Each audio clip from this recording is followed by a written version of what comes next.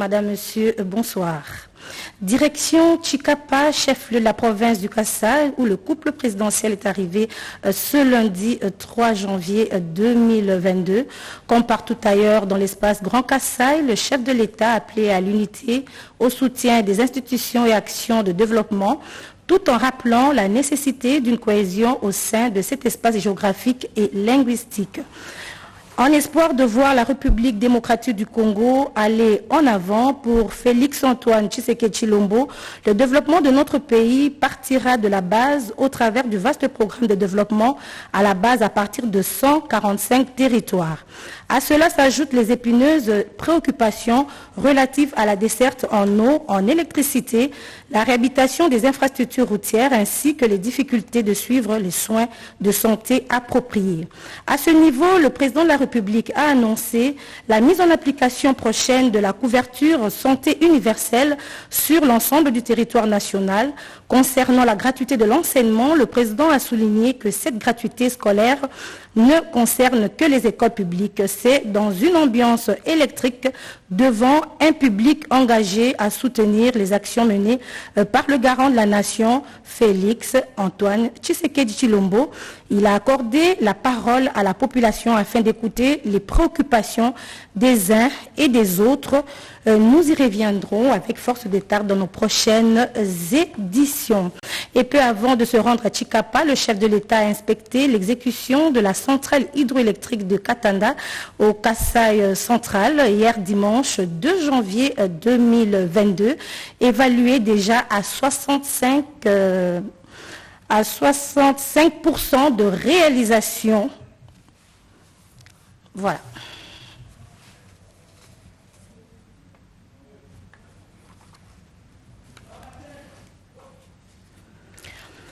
Voilà, et peu avant de se rendre à Chikapa, le chef de l'État a inspecté l'exécution de la centrale hydroélectrique de Katanda au Kasaï central hier dimanche 2022. Et il a évalué, ce projet a été évalué à 65% de réalisation. Les détails avec Jean-René Lobo. C'est un projet qui intéresse au plus haut point le Grand Kasaï et particulièrement la population de Kananga. Le barrage hydroélectrique de Katende sur la rivière Lulua, à une centaine de kilomètres de Kananga, devrait améliorer sensiblement la desserte en eau et électricité dans cette partie du pays.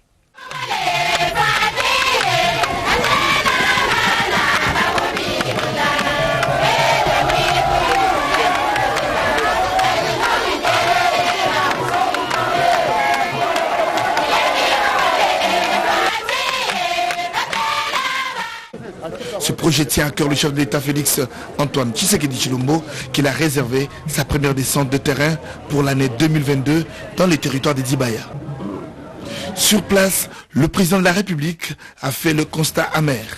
Les travaux sont arrêtés et les herbes sauvages ont envahi le site. L'une des raisons de cet abandon est l'épisode Kamouinan Sapo qui a tout ralenti. La présence du chef de l'État a apporté une lueur d'espoir. Le matériel bloqué à Lubumbashi a été totalement acheminé pour poursuivre les travaux. Tous ceux qui ont passé à la tête du pays n'ont pas pu le faire. Alors, il est le premier président à mettre pied sur le site. Alors, nous voyons qu'avec sa présence, dès que les travaux seront relancés et achevés, notre province va bien revivre et nos frères et sœurs qui chantent auront du travail et ça sera une grande joie pour la population. Vous voyez combien de gens sont là pour l'accueillir. Nous sommes vraiment ravis de sa présence ici sur cette terre et aussi surtout pour le relancement de ces activités de la chute. Avec une capacité de production de 114 MW, le barrage de Katende redonne espoir à tout un peuple. Le gouverneur de province intérimaire Simon Kabato Suila a rappelé la préoccupation de la population. Bien, il y a exactement plus ou moins 10 jours, j'étais sur ce site. J'accompagnais son excellence, monsieur le ministre Moïse, venu se rendre compte de ce qui a déjà été fait, dans quel état se trouve le site, et faire rapport au président de la République. En partant, il m'a dit que sa visite était pratiquement la dernière parce que sa visite allait provoquer celle la toute dernière du président de la République, chef de l'État. Et ça nous fait plaisir que cette promesse qui nous a été faite par le le ministre en charge des ressources hydrauliques et électricité, cette promesse s'accomplit par la présence parmi nous du président de la République, chef de l'État. De son côté, la SNEL attend de pied ferme la fin des travaux pour assurer le transport et la distribution des courants de caténés. Nous espérons, comme le chef de l'État prend les choses lui-même en main, par toutes les autres voies, il pourra maintenant faire aboutir le projet en main. Je crois qu'il est en train de collecter les données et il nous donnera les orientations. Nous allons l'accompagner. Aux chefs traditionnels et autres personnalités présentes, le chef de l'État a dit toute sa détermination de poursuivre ce projet jusqu'à terme. Et puis cette ordonnance du cabinet du président de la République, ordonnance numéro 22-001 du 3 janvier 2022 portant prorogation de l'état de siège sur une partie du territoire de la République démocratique du Congo. Le président de la République, vu la Constitution telle que modifiée par la loi numéro 11/002 du 20 janvier 2011 portant révision de certains articles de la Constitution de la République démocratique du Congo du 18 février 2006, spécialement en ses articles 61, 69, 79, 85, 144, 145 et 156 alinéa 2, vu l'arrêté du 6 mai 2021 de la Cour constitutionnelle siégeant en appréciation de la constitutionnalité de l'ordonnance numéro 21/016 du 3 mai 2021 portant mesures d'application de l'état de siège sur une partie du territoire de la République démocratique du Congo. Et vu la nécessité et l'urgence, le Conseil des ministres entendu, article 1, est prorogé pour une période de 15 jours prenant cours le 3 janvier 2022, l'ordonnance numéro 21/015 du 3 mai 2021, telle que complétée à ce jour portant proclamation de l'état de siège sur une partie du territoire de la République démocratique du Congo. Article 2, sont abrogées toutes les dispositions antérieures contraires à la présente ordonnance.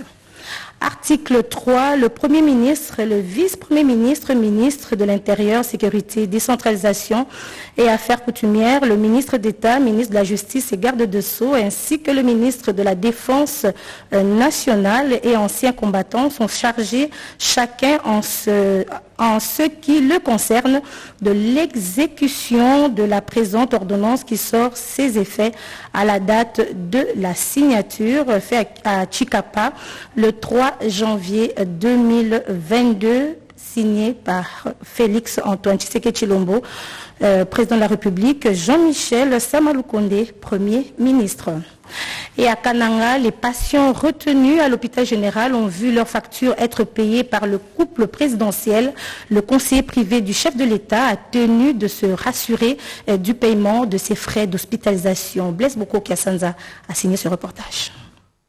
Ils ne savaient plus à quel sein se vouer, ces femmes, ces enfants et ces hommes hospitalisés et retenus à l'hôpital général de Kananga. La lueur d'espoir vient du couple présidentiel qui a pris en charge tous les frais d'hospitalisation. Un véritable cadeau de nouvel an pour ces familles plongées dans le désespoir. Les conseillers privés du chef de l'État, Félix Antoine Tshisekedi Tshilombo, s'y est rendu pour ce faire. C'est un motif de satisfaction pour le médecin directeur de cette formation médicale. C'est un sentiment de soulagement parce que nous avons des femmes qui ont accouché et qui ont fait plus de 2 mois à l'hôpital, 3 mois à l'hôpital. Un soutien comme ça nous soulage nous d'abord par rapport à l'occupation des lits. Pendant que les uns sont en bonne santé, les autres passent des moments pénibles à cause de leur maladie. Le cœur sensible s'en mêle pour apporter assistance à cette catégorie de citoyens en détresse. Une simple reconnaissance suffit pour apprécier le geste posé par le couple présidentiel.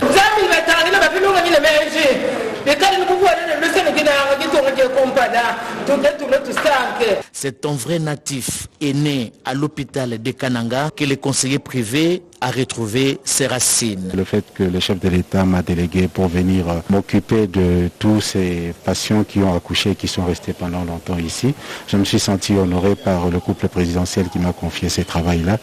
Donc je suis un homme heureux, j'ai retrouvé mes origines, j'ai retrouvé mes sources et tout ça pour le bien-être de la population du Grand Kasaï. C'est dans une ambiance pleine de cordialité que le passage du conseiller privé des chefs de l'État a été salué dans cette formation médicale de la ville de Kananga. La route de Kassou en pleine réhabilitation. Nous sommes là dans la ville de Matadi au Congo central et c'est le maire de cette ville qui s'est donné cet exercice de moderniser et réhabiliter la voirie urbaine de ce coin de la République démocratique du Congo.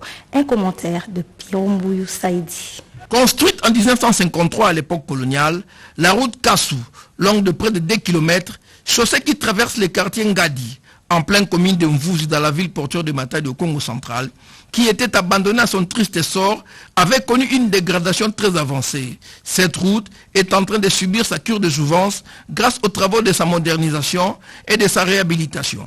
Travaux exécutés sur financement propre des recettes urbaines de la mairie de Matadi. C'est depuis aujourd'hui une année que nous avons lancé des travaux de reconstruction de notre ville. Nous avons plusieurs chantiers.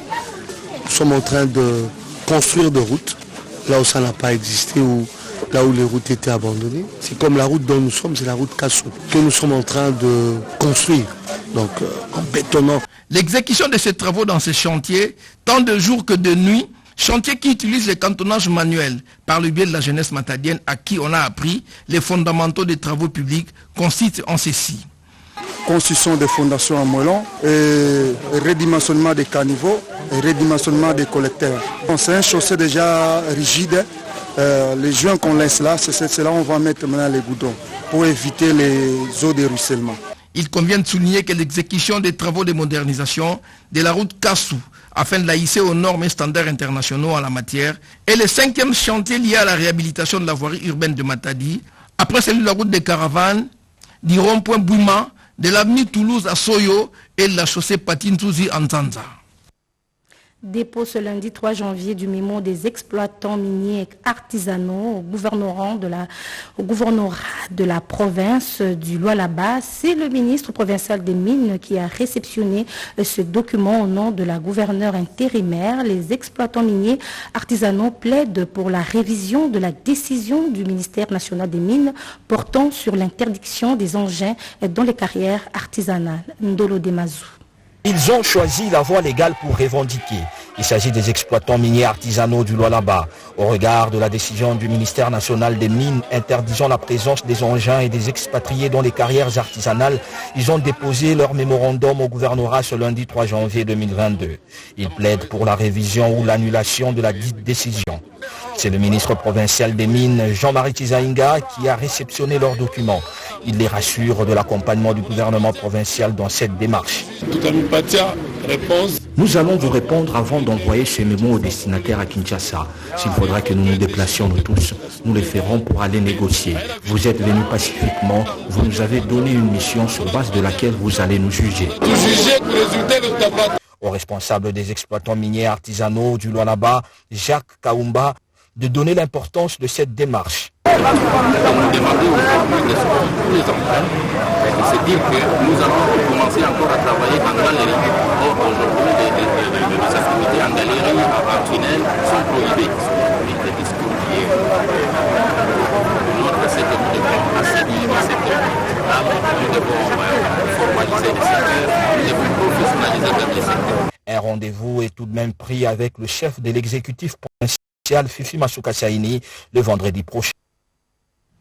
Je vous propose de suivre maintenant la première parade de l'année 2022 à Idiofa dans la province du Kwilu. Cette rencontre a permis au commissaire supérieur de la police nationale congolaise d'évaluer la situation sécuritaire du territoire après les festivités. Retrouvez encore une fois Jean-Pierre Ndolo Demazou. Près de 110 éléments de la police nationale congolaise ont pris part à cette grande parade organisée au stade Tata Mayunga d'Idiofa. Occasion pour le commissaire supérieur, le colonel Mokobi Bobongo, de faire une évaluation de la sécurité pendant les festivités de Noël et de Nouvel An. Actuellement, la délinquance juvénile bat son plein à la cité d'Idiofa et le colonel Mokobi en est conscient. Le commissaire supérieur a ainsi invité les éléments de la police nationale congolaise à s'impliquer pour mettre définitivement fin à cette situation qui met en mal la quiétude de la population. Le colonel a invité les éléments de la police nationale congolaise à se conduire dignement, à respecter les consignes et à protéger la population et ses biens. Il a promis de faire régner l'ordre et la paix aussi longtemps qu'il sera appelé à œuvrer à la tête de la police nationale congolaise.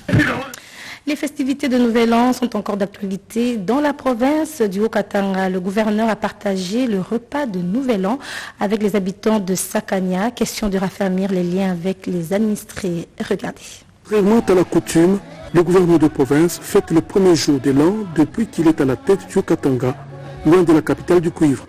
Jacques Blakato, avec ses côtés, son vice-gouverneur et quelques membres de son gouvernement, passent le 1er janvier 2022 à Sakania. Le chef de l'exécutif provincial, entouré de ses frères et sœurs de Sakania, de toutes les couches et de tous les âges, commémore la nouvelle année dans une atmosphère plus que festive. Avant tout, le gouverneur a situé l'événement en signifiant à l'assistance la vraie raison de sa présence ici. Il est le gouverneur de tous les Hauts-Katangais et tous ses administrés doivent vivre dans un tel équilibre en ayant accès aux mêmes avantages que ceux de Lubumbashi. Jacques Blakato leur a dit qu'il a la chance de voir la route de Sakania être complètement construite à la moitié de son mandat par le président de la République, Félix-Antoine Tshisekedi. Le parcours des combattants et autres souffrances le long de cette voie appartiennent désormais à l'histoire. L'heure du développement de Sakania a sonné. Il aspire à devenir le territoire pilote du Haut-Katanga selon la politique du président de la République, Félix-Antoine Tshisekedi Tshilombo. Je remercie le chef de l'État, Félix-Antoine Tshisekedi,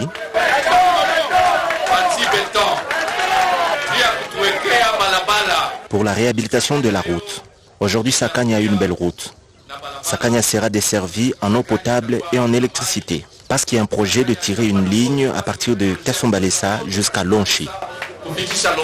L'ambiance était au rendez-vous, de la musique moderne en passant par celle traditionnelle, un mélange culturel dans une rythmique qui a mis de l'eau dans la bouche de tous les invités de Jacques Blakato.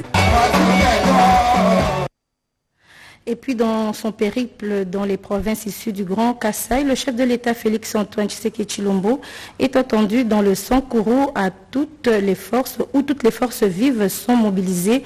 Voilà plusieurs jours. Parmi ces forces, on compte l'association des Anakuchu, Anamongo, qui par l'attruchement du président du Conseil national des sages, le professeur Tokekele Kalonda André, souhaite la bienvenue aux premiers citoyens de la République. Bien qu'internés, les malades de l'hôpital de Goma ont pu sourire grâce à la fille du gouverneur militaire du Nord Kivu, Grace Ndima, qui leur a rendu visite avec les kits alimentaires. À l'occasion de la fête de la Saint-Sylvestre, Gracia Ndima a apporté assistance à l'hôpital La Charité maternelle de Goma ce 1er janvier 2021. Ici, la fille du gouverneur militaire du Nord Kivu, le lieutenant-général Constant Ndima Kongba, né à cet hôpital il y a de cela un peu plus de 20 ans, a payé la facture pour au moins 6 patients dont le séjour dure entre 5 et 3 ans dans cette structure hospitalière, faute des paiements de factures.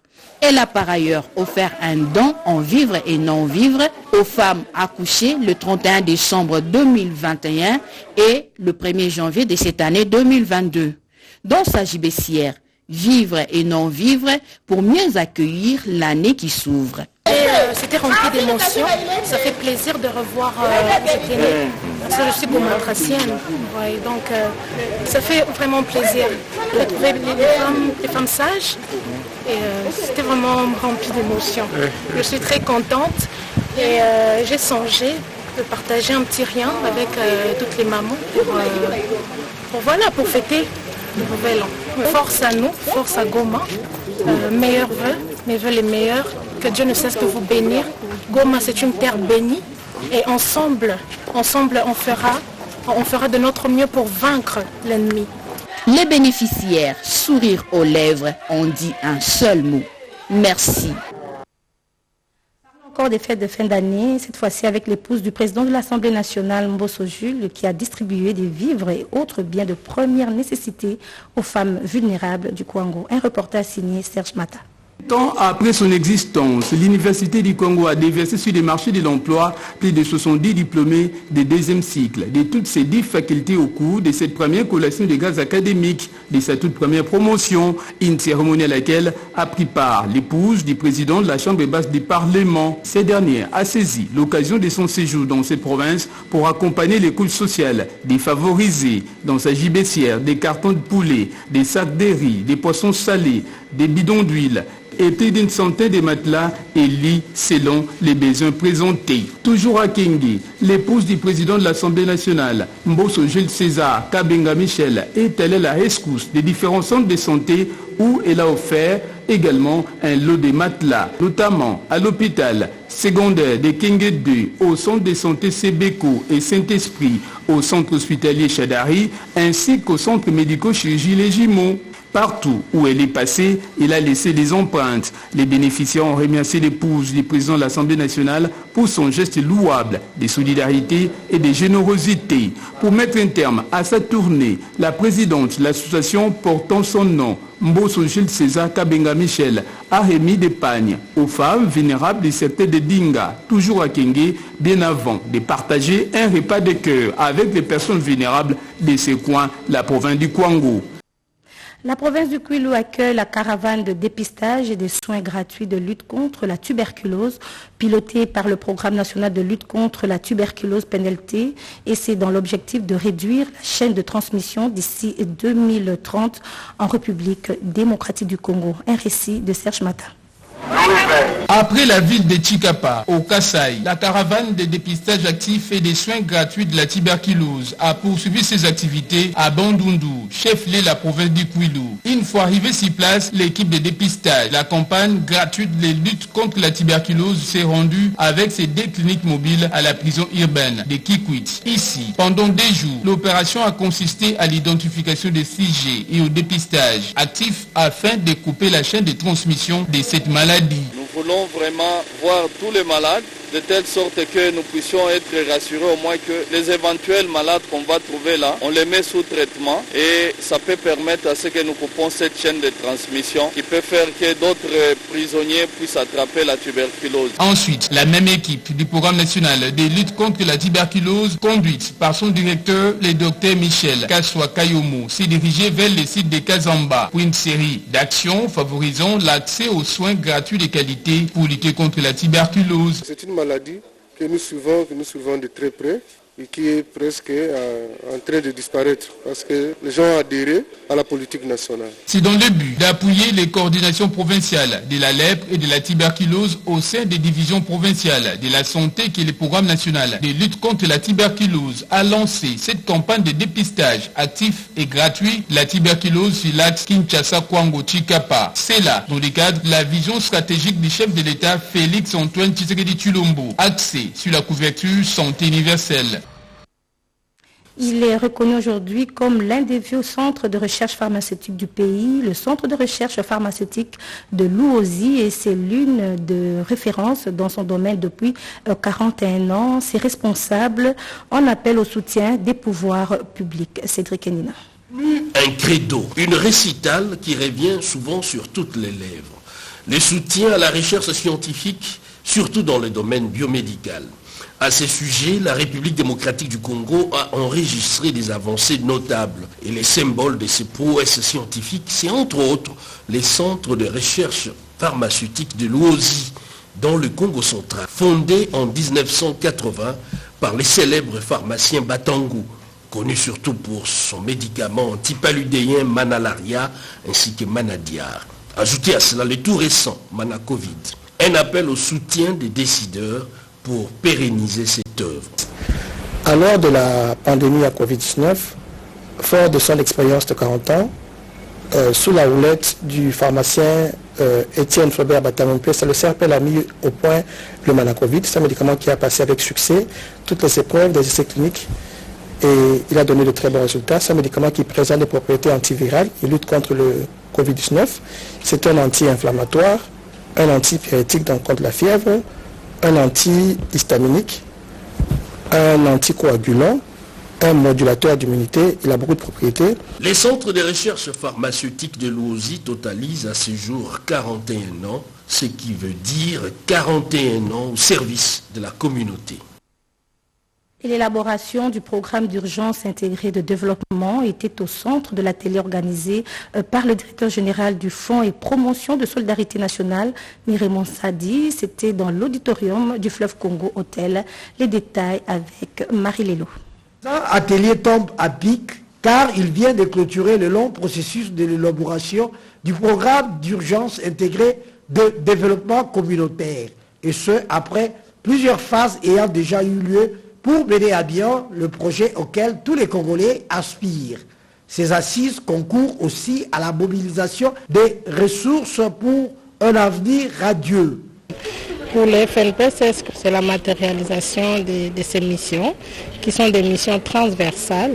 C'est cet établissement public qui est l'interface du gouvernement pour la mobilisation des ressources et la mise à disposition de ces ressources en faveur de la population. Il s'agissait ici donc de valider les composants du PUDC, c'est ce qui a été fait. La prochaine étape, c'est des dialogues de haut niveau que le ministre des Affaires sociales, qui a la tutelle de l'agence fiduciaire de ce programme, le FNPSS, va avoir avec ses collègues ministres bénéficiaires. Et donc, par chaque axe que nous avons développé ici en termes de composantes, et ensuite, le programme sera présenté au Conseil des ministres. Notez que cet événement intervient quelques jours après la cérémonie solennelle de signature de l'arrêté ministériel portant l'approbation du manuel des procédures de gestion de la dotation de 0 à 3% minimum du chiffre d'affaires, ouvert par le directeur de cabinet du ministre des Affaires sociales. Cet atelier a été un succès tous azimuts. Nous allons nous quitter avec le parti politique, le Rassemblement des démocrates tshisekédistes alliés de l'UDPS et dont l'autorité morale reste Félix Antoine Tshisekedi, qui est déterminé à donner au chef de l'État la majorité totale en 2023. Le sénateur Ilunga a fait le rappel des troupes à partir du Kasaï où il séjourne pour mettre de l'ordre. RTNC Kasaï. Les désordres et la cacophonie qui règnent actuellement au sein du Rassemblement des démocrates tshisekédistes RDT n'ont pas laissé indifférent les sénateurs Ogi Ilunga Chivwila, celui-là même qui avait milité pour la matérialisation sur terrain du projet RDT. Ayant apporté assez de conseils à la coordination nationale pour la faire revenir à l'idéologie tshisekédiste sans succès, j'ai également constaté avec amertume que le RDT était en train de se transformer en un parti État où seul le coordonnateur est vénéré alors que l'autorité morale, son Excellence Félix Antoine Tshisekedi Tshilombo, est totalement ignorée. Le sénateur Ilunga dit constater qu'il n'y a rien de concret et d'efficace dans la conduite des affaires du RDT, sauf les cultes de personnalité en faveur du coordonnateur national. Pas donc d'idéologie tshisekédiste. J'invite les Congolaises et Congolais en général et les Kassayennes et Kassaïens en particulier à la vigilance car le courant tshisekédiste est en danger. Suite aux actes que pose le coordonnateur national du Rassemblement des démocrates tshisekédistes, Sylvain Mutomboka Mbinga. Ainsi, pour combattre et éradiquer cet esprit dictatorial, j'envisage des actions de grandes envergures afin de sauver le Rassemblement des démocrates tshisekédistes. J'ai pris la décision de pérenniser le Rassemblement des démocrates tshisekédistes. Cette fois-ci, rénover RDTR. Notons que grâce au travail abattu par les sénateurs Ogi Ilunga Chivwila, les RDT comptent 5 députés provinciaux, un sénateur, un ministre provincial, un vice-gouverneur et avait d'ailleurs obtenu un poste ministériel dans le gouvernement Ilunkamba.